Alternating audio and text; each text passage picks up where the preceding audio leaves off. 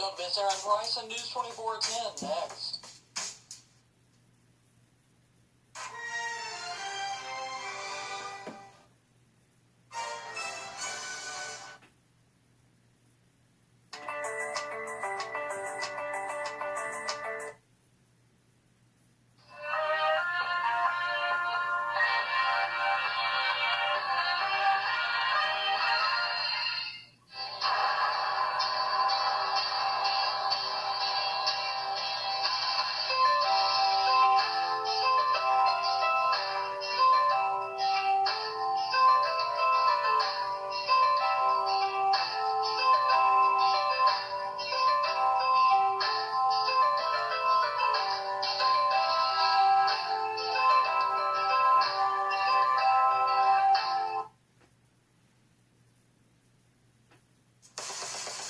Live, Little Egypt's breaking news source. This is News 24 at 5. And good evening. Thanks for joining us. I'm Aaron Price. We have a lot of news to get to this evening, but we begin in Franklin County, where a 12-year-old was taken into custody for making a threat to Ziegler Royalton Grade School and a family member today. The Franklin County Sheriff's Department and the Ziegler Royalton School District are both investigating the case. School officials and law enforcement took measures to assure the safety of the students at the school. The minor is in custody at the Franklin County Juvenile Detention Center. It is unclear if the 12-year-old was a student at the school, and the child's identity is not being released.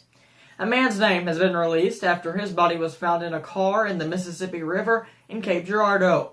The victim is Curtis Hawkins, 83, of Carbondale, according to the Cape Girardeau County Coroner's Office. Crews from multiple departments recovered the car with the man's body inside on Tuesday. According to Sergeant Rick Schmidt with the Cape Girardeau Police Department, the man was found in the driver's seat. Sergeant Schmidt said right now there are no signs of foul play. Police in Marion are investigating an armed robbery at a gas station. It happened at 9:22 a.m. on Monday, where officers responded to Power Gas located at 1500 West Main Street in Marion. One male suspect pulled out a weapon and demanded money. The suspect was wearing dark clothing and left with an undisclosed amount of money.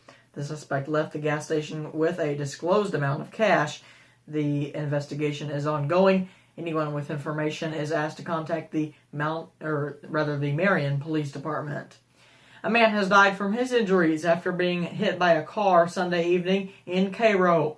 A 53-year-old man was crossing the street in the middle of the block at the intersection of 28th Street and Sycamore Street when he was hit by a 2007 Ford Focus driven by a 68-year-old woman from Royalton. It happened around 7:05 p.m. No charges have been filed against the driver. A suspect is now in custody for an online threat at the Pope County School District. The Illinois State Police and Pope County Sheriff's Department will have officers at the school to ensure safety and order is maintained throughout the rest of the week. To the weather, where all eyes are now turned to the weekend as the chance for winter weather persists in our area. News 24's Terry Rodriguez is in with the latest.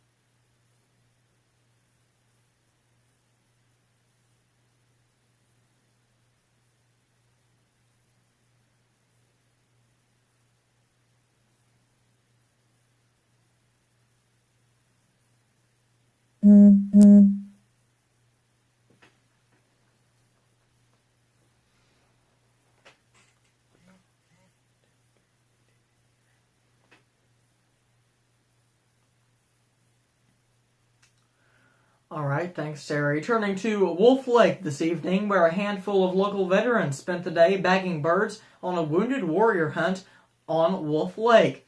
Veterans in attendance said these kinds of events are all about giving the men and women who serve the country a break. They said when they do these kinds of things, it pulls them out of their daily struggles through relaxing time with Mother Nature and their brothers in arms. Everett Redner, who served in the U.S. Army, supports that.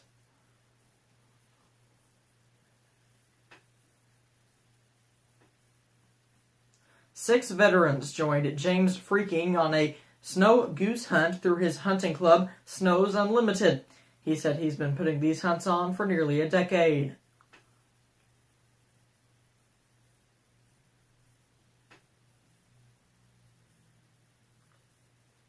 Everyone in the blind today had a similar story to Ben Wilkins, also Army, on how they started coming to these kinds of hunts.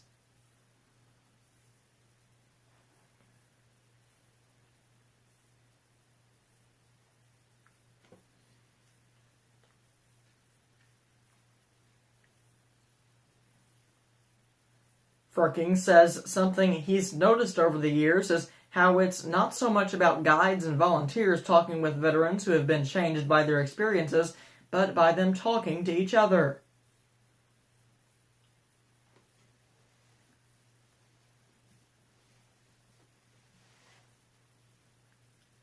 Sean Flanheen, former U.S. Army combat medic, said that's what it's all about.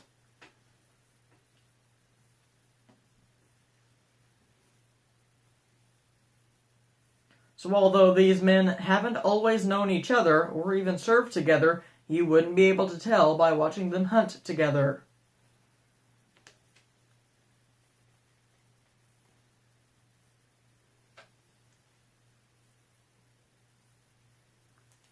And you can find more on the hunt on our website, www.news24si.com.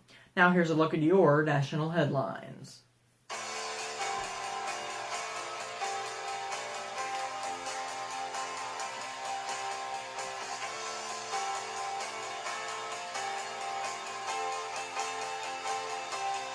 Fox News update.